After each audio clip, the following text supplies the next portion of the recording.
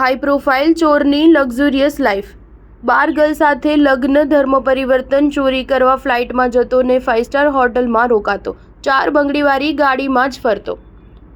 મુંબઈમાં 1 કરોડના ફ્લેટમાં ભાડે રહેવું, એક શહેરમાંથી બીજા શહેર જવા માટે ફ્લાઇટ વગર વાત ન કરવી, અન્ય શહેરોમાં જઈને પણ 5 સ્ટાર હોટલમાં રોકાણ કરવું, ફરવા માટે સ્પેશિયલ લાખો રૂપિયાની 4 બંગડીવાળી ગાડી અને મહિને લાખો રૂપિયા ફક્ત ડ્રગ્સના નશામાં ઉડાવવા। આ વાત સાંભળીને કોઈ અમીર બાપના નબીરાની લાગશે, પરંતુ ના, આ બધી ખાસિયતો છે એક હાઈ પ્રોફાઇલ ચોરની। તે અલગ અલગ રાજ્યોના મહાનગરોમાં પોશ વિસ્તારમાં દિવસ દરમિયાન ગરફોડ ચોરી કરતો અને એ જ ચોરીના પૈસા પોતાની લક્ઝુરિયસ લાઈફમાં ઉડાવતો।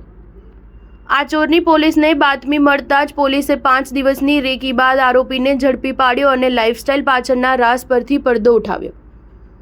વલસાડના વાપીના પોશ વિસ્તારમાં થયેલી ગરફોડ ચોરીના ગુનામાં મળેલા સીસીટીવી ફૂટેજના આધારે બોર્ડરિંગ રાજ્યોની પોલીસની ટીમની મદદ લઈને આરોપી મુંબઈમાં રહેતો હોવાની બાતમી મળી હતી।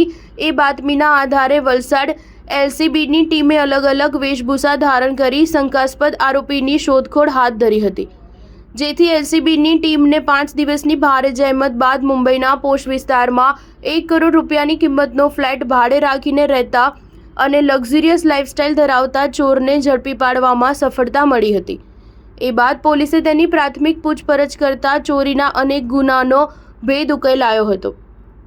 આરોપી અલગ અલગ 13 રાજ્યોના મહાનગરોના પોશ વિસ્તારમાં આવેલા બંધ ફ્લેટ અને બંગલાઓને ટાર્ગેટ કરતો હતો।